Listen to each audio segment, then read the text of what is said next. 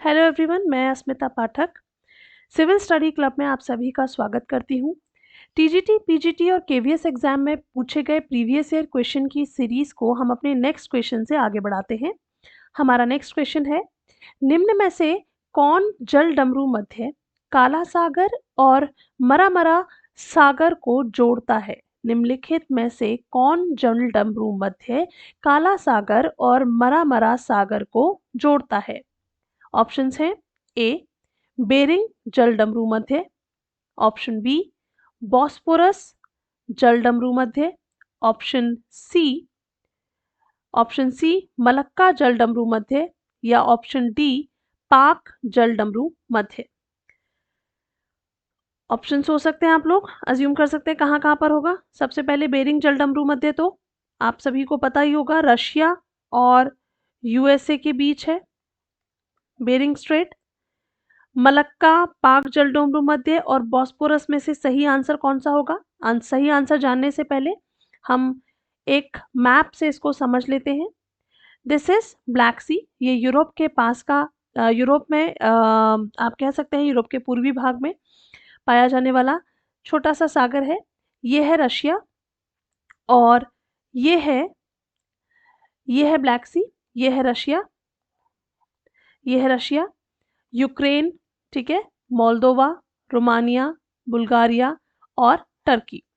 यहाँ पर ब्लैक सी के अगर नॉर्थ में देखें तो यहाँ पर है सी ऑफ अजोव, जबकि ब्लैक सी से अगर आप थोड़ा सा साउथ वेस्ट में आते हैं तो यहाँ है सी ऑफ मरामरा। तो ये है सी ऑफ अजोव और ये है सी ऑफ मरामरा। यहाँ पर है स्ट्रेट ऑफ बॉस्पोरस और ये है डार्डेनल्स की संधि, या आप स्ट्रेट कह सकते हैं, स्ट्रेट ऑफ डार्डेनल्स। तो ये है बॉस्पोरस स्ट्रेट और ये है डार्डेनल स्ट्रेट, जबकि ये स्ट्रेट जो होती है इसे बोलते हैं strait of Kerch. Strait of Kerch यानी कि आप कह सकते हैं स्ट्रेट सी ऑफ अजोव और ब्लैक सी को कनेक्ट करने वाली स्ट्रेट ऑफ कर्च है, ब्लैक सी और मरामरा सी को जोड़ने वाली बॉस्पोरस, और मरामरा सी और एजियन सी को जोड़ने वाली डार्डेनल स्ट्रेट होगी। तो हमारा सही आंसर होगा स्ट्रेट ऑफ बॉस्पोरस जल डमरू मध्य। ये बॉस्पोरस होगा, सॉरी, बॉस्पोरस जल डमरू मध्य। बॉस्पोरस जल डमरू मध्य काला सागर यूरोप तथा मरामरा सागर यानी कि जो कि एशिया में है को जोड़ता है। तो बॉस्पोरस जल डमरू मध्य काला सागर और मरामरा सागर को जोड़ता है। नेक्स्ट क्वेश्चन है, निम्नलिखित में से कौन सा युग्म सही नहीं है? निम्नलिखित में से कौन सा युग्म सही नहीं है? यहाँ पर जल डमरू मध्य दे रखे हैं 4 और एक देशों के नाम दे रखे दिए हुए हैं, सॉरी। ए है बेरिंग, बी है लुजॉन, सी है पाक जल डमरू मध्य और डी है मलक्का जल डमरू मध्य। बेरिंग संयुक्त राज्य अमेरिका, लुजॉन फिलीपींस, पाक स्ट्रेट या पाक जल डमरू मध्य भारत एंड मलक्का थाईलैंड। तो अभी प्रीवियस क्वेश्चन में हमने देखा था बेरिंग यूएसए और रशिया के बीच है, तो ये ऑप्शन सही है। पाक जल डमरू मध्य हम सभी जानते हैं, if it is India, peninsular India, तो यहाँ पर श्रीलंका है और इन दोनों के बीच का जो स्ट्रेट है दैट इज कॉल्ड पाक स्ट्रेट, तो इसमें इंडिया का पार्ट आएगा which will be a correct option. लेकिन हमें चूज करना है कौन सा सही नहीं है। लुजॉन और मलक्का को एक मैप के थ्रू देख लेते हैं। देखिए ये इंडिया है, ये इंडिया है और इंडिया के पास ही यहाँ ये हो जाएगा म्यांमार, बर्मा पुराना नाम है इसका, लाओस, थाईलैंड, वियतनाम, कंबोडिया, और ये जो कंट्री है ये है मलेशिया। दिस कंट्री इज, यहाँ से है ये कंट्री मलेशिया है, ये कंट्री मलेशिया है और ये है Indonesia. This is Indonesia. Indonesia का आइलैंड जो ये है इसका नाम है सुमात्रा। इंडोनेशिया का जो आइलैंड ये है इसका नाम है सुमात्रा। तो जो मलक्का स्ट्रेट है, straight of Malacca is here, यहाँ पर है, which is between Malaysia and Sumatra island of Indonesia. तो आप कह सकते हैं कि थाईलैंड जो है, जो कि काफ़ी नॉर्थ में है, इसका स्टेट ऑफ मलक्का से कोई रिलेशन नहीं है, तो स्टेट ऑफ मलक्का का थाईलैंड से कोई संबंध नहीं होगा, यानी कि यह गलत ऑप्शन होगा।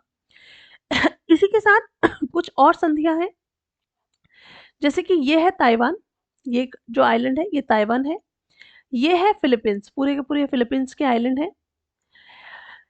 ताइवान और फिलीपींस के बीच में जो स्ट्रेट है उसका नाम है लुजोन स्ट्रेट। लुजोन, हालांकि ये आइलैंड का नाम भी लुजोन ही है। This island is also Luzon, बड़ा आइलैंड है ये, फिलीपींस का सबसे बड़ा आइलैंड है। तो लुजोन और ताइवान के बीच की स्ट्रेट लुजोन स्ट्रेट कहलाती है। ये है इंडोनेशिया का आइलैंड सुमात्रा, ये है जावा। यहाँ पर ये आइलैंड है Papua New Guinea, Papua New Guinea. और इसी के थोड़ा सा आप साउथ ईस्ट में जाते हैं तो ऑस्ट्रेलिया पड़ता है। ठीक है, तो ये आपका मलक्का स्ट्रेट का थाईलैंड से संबंध नहीं होगा, यानी कि हमारा सही आंसर होगा दिस आंसर, यानी कि ये जो है ये सही सुमेलित नहीं है। तो हमारा सही आंसर है D, answer D Malacca Thailand. Malacca जल संधि हिंद महासागर को प्रशांत महासागर से जोड़ती है। एक बार फिर से मैप में आपको दिखा दूं, ये जो पूरा ओशन पार्ट है ये है आपका इंडियन ओशन, सॉरी ये है आपका Indian ocean, just a minute, ये पूरा का पूरा है इंडियन ओशन। और यहां से जब आप स्ट्रेट ऑफ मलक्का को पार करते इधर आते हैं, this is all Pacific ocean. तो ये जो फिलीपाइंस है, ताइवान है, ये सारे क्या है, पैसिफिक ओशन के आइलैंड है। तो आप कह सकते हैं कि state of Malacca Pacific ocean को इंडियन ओशन से जोड़ती है। बेरिंग जल संधि रूस और संयुक्त राज्य अमेरिका को अलग करती है। बेरिंग जल संधि रूस और संयुक्त राज्य अमेरिका को अलग करती है। लुजोन जल संधि ताइवान और फिलीपींस को लुजोन द्वीप से अलग करती है। ताइवान और फिलीपींस के लुजोन द्वीप को अलग करती है, हमने अभी देखा मैप में, यानी कि यहाँ पर लुजोन संधि है, ये लुजोन आइलैंड है जो कि फिलीपींस का है और ताइवान को अलग करती है। नेक्स्ट क्वेश्चन है, निम्नलिखित में से कौन सा सत्य नहीं है। निम्नलिखित में से कौन सा सत्य नहीं है, ध्यान रखिएगा नहीं है। बास जलडमरू मध्य ऑस्ट्रेलिया और तस्मानिया के मध्य स्थित है। बास जलडमरू मध्य, ये अगर ऑस्ट्रेलिया का रफली ड्रॉन मैप है तो यहाँ पर एक आइलैंड है तस्मानिया और इन दोनों के बीच में बास स्ट्रेट है, which is correct option. Torres जलडमरू मध्य ऑस्ट्रेलिया और न्यू गिनी के बीच स्थित है। मैंने अभी जो आपको मैप दिखाया था, यहाँ मैंने बताया था कि ये पपुआ न्यू गिनी है ये, और पपुआ न्यू गिनी और ऑस्ट्रेलिया के बीच में टॉरस स्ट्रेट है। तो ये पपुआ न्यू गिनी है और पपुआ न्यू गिनी और इसके साउथ ईस्ट में जो मैंने आपको ऑस्ट्रेलिया बताया था, इन दोनों के बीच में टॉरस स्ट्रेट है। ठीक है, तो this will also be a correct option, ये भी एक सही होगा ऑप्शन। कुक जलडमरू मध्य न्यूजीलैंड के दो प्रमुख द्वीपों को अलग करता है। अगर ये ऑस्ट्रेलिया है, ये तस्मानिया है, तो यहां कहीं पड़ता है न्यूजीलैंड के दो आइलैंड। ठीक है, और इन दोनों के बीच में जो स्ट्रेट है दैट इज कुक स्ट्रेट, जो कि सही है। तो कुक जलडमरू मध्य न्यूजीलैंड के दो प्रमुख द्वीपों को अलग करता है। ग्रेट बैरियर रीफ न्यूजीलैंड के पूर्व में स्थित है। ग्रेट बैरियर रीफ है यहाँ पर ऑस्ट्रेलिया के, आप कह सकते हैं उत्तर पूरब में। तो ग्रेट बैरियर रीफ ये बोल रहे हैं न्यूजीलैंड के पूरब में स्थित है, न्यूजीलैंड के पूरब में नहीं है बल्कि ये न्यूजीलैंड के पश्चिम में स्थित है, यानी कि ये स्टेटमेंट गलत है। तो हमारा आंसर होगा डी, यानी कि आंसर डी ग्रेट बैरियर द्वीप न्यूजीलैंड के उत्तर पश्चिम में स्थित द्वीप है। ग्रेट बैरियर द्वीप, ठीक है, ग्रेट बैरियर रीफ सॉरी, जो कि एक कोरल रीफ है, जो कि एक कोरल रीफ है, ये न्यूजीलैंड के पूर्व में नहीं बल्कि उत्तर पश्चिम में स्थित है। नेक्स्ट क्वेश्चन, हिंद महासागर का सबसे बड़ा द्वीप है। हिंद महासागर का सबसे बड़ा द्वीप है। ए मालदीव, बहुत छोटा आइलैंड ग्रुप है। लक्षद्वीप, बी लक्षद्वीप बहुत छोटा आइलैंड ग्रुप है। सी मेडागास्कर एंड डी सुमात्रा। तो अगर हम अफ्रीका की बात करें, ये अगर अफ्रीका का मैप है, तो यहाँ इंडियन ओशन में एक बड़ा सा आइलैंड है और इस आइलैंड का नाम है मेडागास्कर, जो कि सुमात्रा से बड़ा है, यानी कि सही चॉइस होगी हमारी मेडागास्कर। इंडियन ओशन यानी हिंद महासागर में मेडागास्कर हिंद महासागर का सबसे बड़ा द्वीप है, जिसका क्षेत्रफल लगभग 5,87,295 किलोमीटर स्क्वायर का है। ठीक है, तो ये आपका सी ऑप्शन सही होगा। चंद्रमा का ज्वार उत्पन्न करने वाला बल सूर्य से कितना गुना अधिक है? चंद्रमा का ज्वार उत्पन्न करने वाला बल सूर्य के बल से कितना गुना अधिक है? ए 1.10 गुना, बी 2.12 गुना, सी 2.17 गुना या डी 2.20 गुना। ऑप्शन सोच सकते हैं आप लोग। चंद्रमा का ज्वार उत्पन्न करने वाला बल सूर्य से कितना गुना अधिक है? ठीक है, आंसर है सी 2.17 टाइम्स, 2.17 गुना अधिक है। चंद्रमा सूर्य की अपेक्षा पृथ्वी के ज्यादा निकट है, अतः वह पृथ्वी को गुरुत्वाकर्षण बल से ज्यादा प्रभावित करता है। चंद्रमा की ज्वार उत्पादक शक्ति सूर्य की तुलना में लगभग 2.17 गुना अधिक है। इस चीज को थोड़ा समझने की कोशिश करेंगे। ये अगर अर्थ है और एक सेकेंड, ये अगर अर्थ है और यहाँ कहीं है, मान लीजिए मून, यहाँ कहीं है मून और यहाँ कहीं बहुत बड़ा है सन।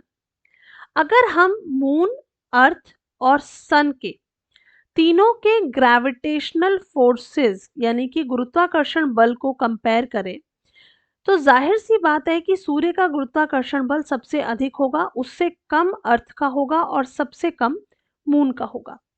लेकिन अगर हम अर्थ पर खड़े होकर मून और सन के यानी चंद्रमा और सूर्य के गुरुत्वाकर्षण बलों को कंपेयर करें, क्योंकि चंद्रमा नजदीक है और सूरज यानी सन काफी दूर है, इस कारण होता क्या है कि जो सूर्य का गुरुत्वाकर्षण बल है वो मून यानी चंद्रमा की अपेक्षा कम होता है और उसका ज्वारोत्पादक बल सूर्य से लगभग 2.17 गुना अधिक हो जाता है। तो हमारा सही आंसर होगा सी यानी 2.17 गुना।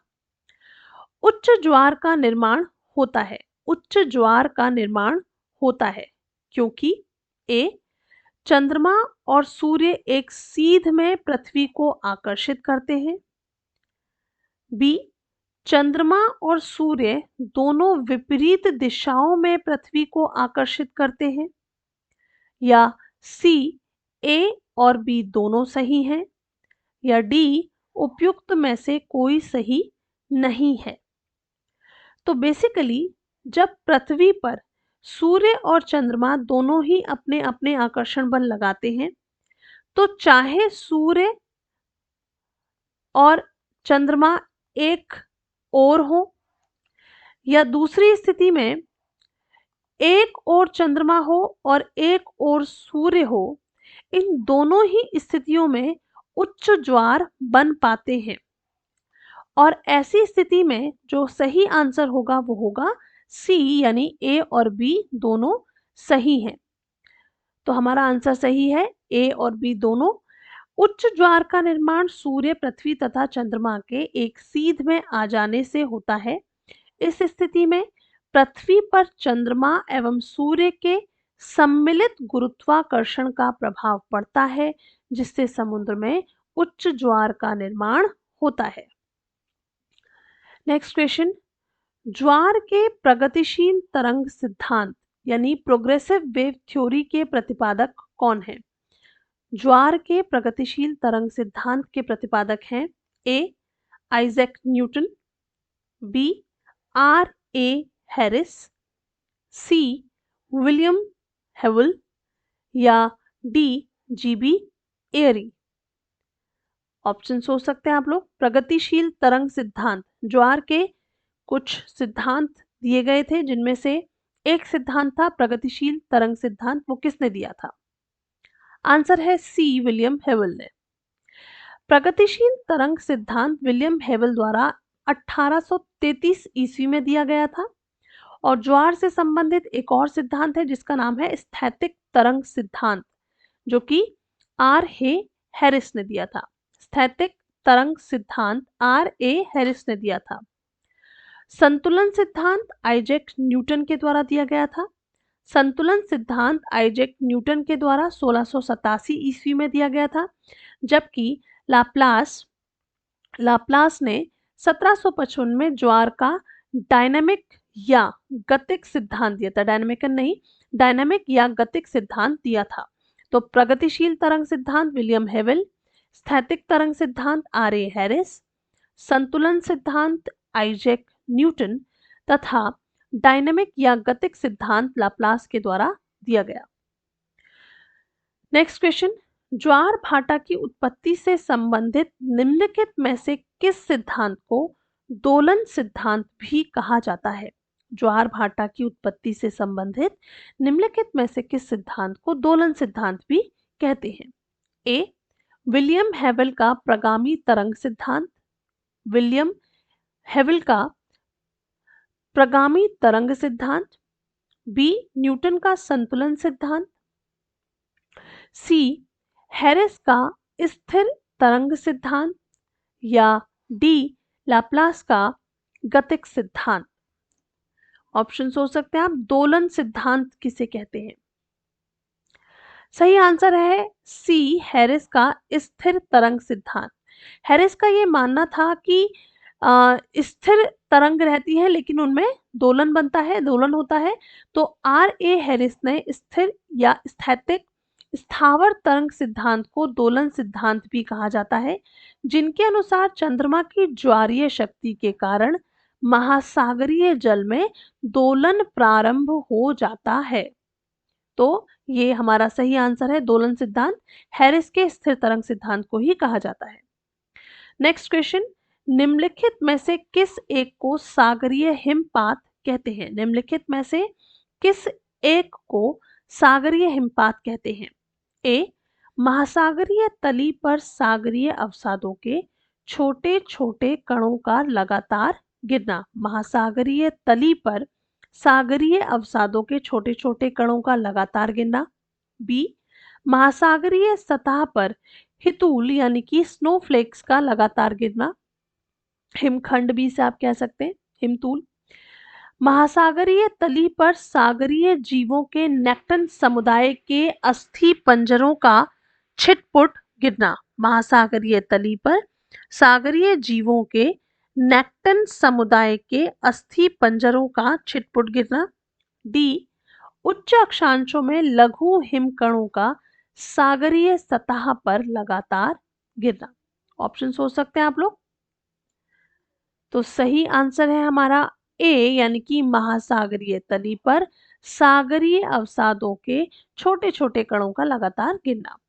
महासागरों में जल के अंदर सूक्ष्म आकार के छोटे छोटे अवसादों के सागरीय तल पर लगातार गिरते रहने को ही सागरीय हिमपात कहा जाता है। ठीक है, तो यह है आपका सही आंसर ए।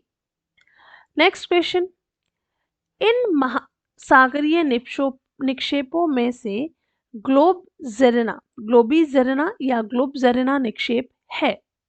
ए, अकार्बनिक निक्षेप, बी, जैविक निक्षेप, सी, सागरीय तटीय निक्षेप, या डी, भूमिज निक्षेप। भूमिज निक्षेप आंसर सोच सकते हैं आप लोग। ग्लोबजेरिना की बात हो रही है। ग्लोबजेरिना निक्षेप किससे संबंधित है? सही आंसर है बी, जैविक निक्षेप। ग्लोबजेरिना निक्षेप का निर्माण मुख्य रूप से चूना प्रधान ग्लोबजेरिना जीव से होता है। यह महासागरों में जैविक निक्षेप है। महासागरों में यह एक जैविक निक्षेप है। तो सही आंसर है बी। नेक्स्ट क्वेश्चन, प्रायः सभी सागरों में 4 स्थितियां दी गई हैं, कौन सी होती है वो बतानी है। प्रायः सभी सागरों में तटवर्तीय भागों में लाल मृत्तिका पाई जाती है यानी रेड क्ले पाई जाती है। गहनतम भागों में लाल मृत्तिका पाई जाती है। सी, उथले भागों में लाल मृत्तिका पाई जाती है। या डी, उपयुक्त में से कोई नहीं। लाल मृत्तिका कहाँ पाई जाती है, बेसिकली क्वेश्चन ये है। तो सही आंसर है बी, यानी कि गहनतम भागों में। लाल मृत्तिका एक ऐसा समुद्री निक्षेप है जो कि गहनतम सागरीय भागों में अधिक पाया जाता है। प्रायः सभी सागरों के गहनतम भागों अर्थात नितल मैदान में लाल मृत्तिका पाई जाती है। ठीक है, तो ये है आपका 71 का बी। नेक्स्ट क्वेश्चन, ग्लोबज़ेरिना पंख की अधिकता किस महासागर में मिलती है। ग्लोबज़ेरिना पंख की अधिकता किस महासागर में मिलती है। ए, अटलांटिक महासागर में। बी, आर्कटिक महासागर में। सी, प्रशांत महासागर में। या डी, हिंद महासागर में। ग्लोबज़ेरिना पंख की अधिकता, सही आंसर है सी, यानी कि प्रशांत महासागर में मिलती है। ग्लोबज़ेरिना ऊर्ज का निक्षेप प्रशांत महासागर में 2.5 करोड़ वर्ग मील के क्षेत्र में पाया जाता है। ग्लोबज़ेरिना ऊर्ज का निक्षेप प्रशांत महासागर में 2.5 करोड़ वर्ग मील के क्षेत्र में पाया जाता है। तो हमारा सही आंसर है सी। नेक्स्ट क्वेश्चन, समुद्र तल पर पौधों एवं जंतुओं के अवशेष पंख समुद्र तल पर पौधों और जंतुओं के अवशेष पंख यानी ऊर्ज के निक्षेप को कहते हैं। ए, पेलेजिक निक्षेप। B, neritic निक्षेप। सी, तटीय निक्षेप। या डी, लाल मृत्तिका। समुद्र तल पर पौधों व जंतुओं के अवशेष पंख ऊर्ज के निक्षेप को क्या कहते हैं। सोच सकते हैं आप लोग आंसर। आंसर है बी, यानी कि नेरेटिक निक्षेप।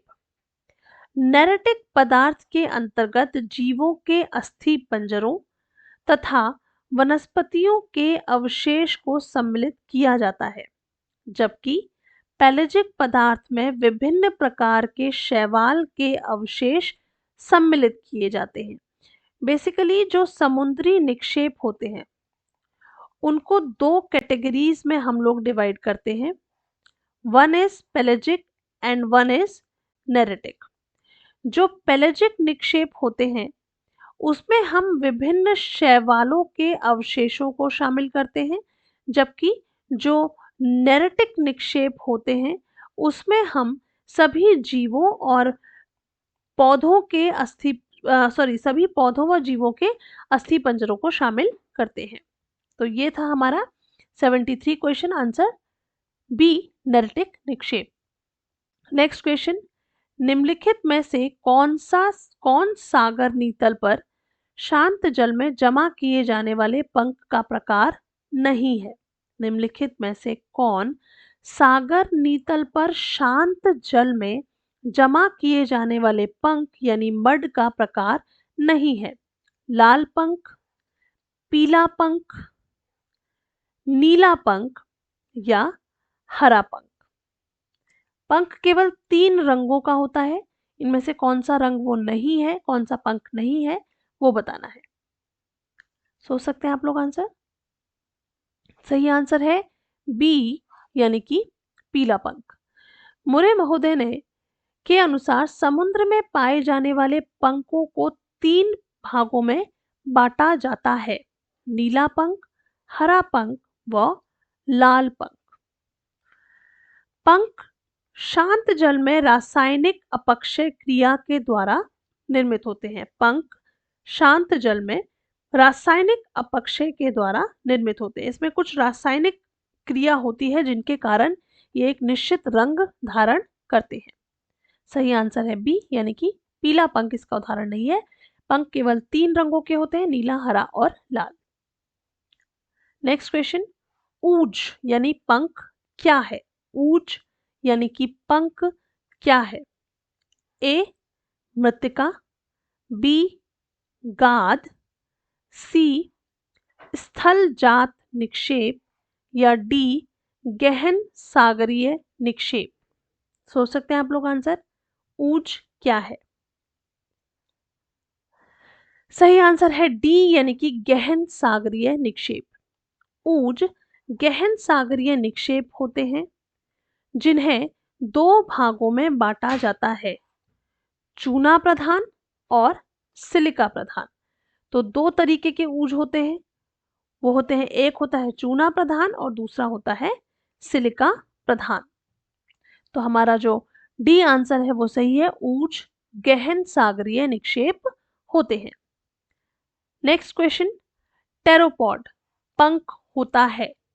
टेरोपॉड पंख होता है ए सिलिका प्रधान, बी चूना प्रधान, सी अकार्बनिक या डी उपयुक्त में से कोई नहीं। टेरोपॉड पंख होता है। सोच सकते हैं आप लोग आंसर। अभी हमने थोड़ी देर पहले देखा था पंख 2 प्रकार के होते हैं, चूना प्रधान और सिलिका प्रधान। अब टेरोपॉड पंख के बारे में पूछ रहे हैं कि ये कौन से प्रकार का है। सही आंसर है बी, यानी कि चूना प्रधान। मोलस्क जीव टेरोपॉड द्वारा टेरोपॉड ऊज या पंख का निर्माण होता है। मोलस्क जीव टेरोपॉड द्वारा टेरोपॉड ऊज या पंख का निर्माण होता है। इसमें कैल्शियम कार्बोनेट लगभग 80% मात्रा में पाया जाता है। कैल्शियम कार्बोनेट यानी कि चूना ही जो है वो लगभग 80% पाया जाता है। तो ये थे हमारे आज के क्वेश्चन। नेक्स्ट वीडियो में फिर मिलते हैं। Stay healthy, take care. Next question में हम अपनी इसी सीरीज को आगे बढ़ाते हुए कुछ अन्य क्वेश्चंस के साथ मिलते हैं। Thank you so much.